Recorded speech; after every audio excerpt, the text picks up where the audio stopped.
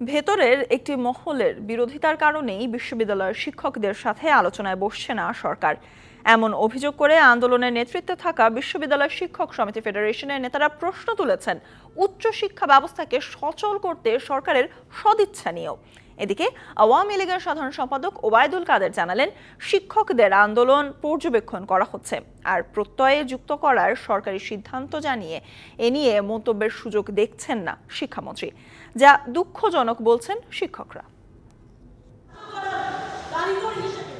সর্বজনীন pension scheme প্রত্যয় থেকে নিজেদের বাদ দেওয়ার দাবিতে ১ জুলাই থেকে ক্লাস পরীক্ষা বর্জন করে কর্মসূচি পালন করে আসছেন সারা দেশের ৪০টি সরকারি ও পাবলিক বিশ্ববিদ্যালয়ের শিক্ষকরা।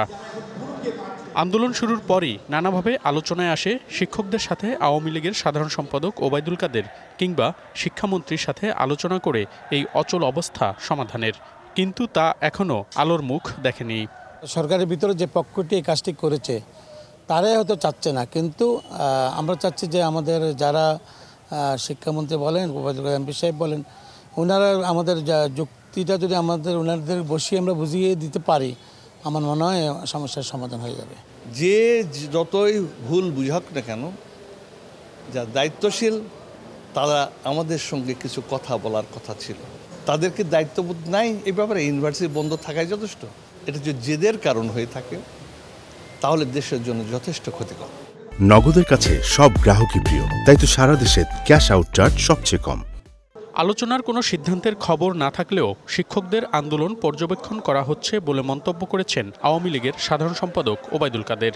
আর প্রত্যয়ে শিক্ষকদের অন্তর্ভুক্ত করা সরকারি সিদ্ধান্ত উল্লেখ করে আলোচনার প্রশ্ন পাশ কাটিয়ে গেছেন শিক্ষামন্ত্রী। শিক্ষকদের আন্দোলন, সেটাও যোগাযোগ তাদের সঙ্গে আছে, আনুষ্ঠানিক হয়তো কোনো বৈঠক হয়নি।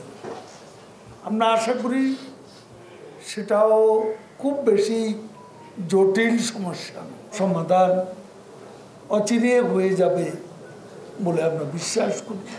সরকারের যে একটা সার্বজনীন নির্দেশনা এবং সার্বিক নির্দেশনা, সেটার বিষয়ে সুনির্দিষ্ট করে আলাদা মন্তব্য করব না আমি, কারণ এটা সরকারের সার্বিক একটি ভাবনার বিষয় এবং নীতি নির্ধারণী বিষয়। এটি দুঃখজনক আসলে। আমি বলবো যে এত দিন হয়ে গেছে বন্ধ হয়ে আছে ৪০টি বিশ্ববিদ্যালয়। যদি সরকার এখনো অনড় অবস্থানে থাকে বা অর্থ মন্ত্রণালয় অনড় অবস্থানে থাকে এবং তার সাথে যদি শিক্ষা মন্ত্রণালয় অনড় অবস্থানে থাকে, এটি নিশ্চয়ই খুব ভালো বার্তা দেয় না আমি বলবো। ক্লাস পরীক্ষা বর্জন করে শিক্ষকদের এই কর্মসূচির ফলে পুরোপুরি অচল হয়ে আছে দেশের প্রায় সবগুলো উচ্চশিক্ষা প্রতিষ্ঠানের কার্যক্রম। মনিরুল সোহাগ, ডিবিসি নিউজ, ঢাকা।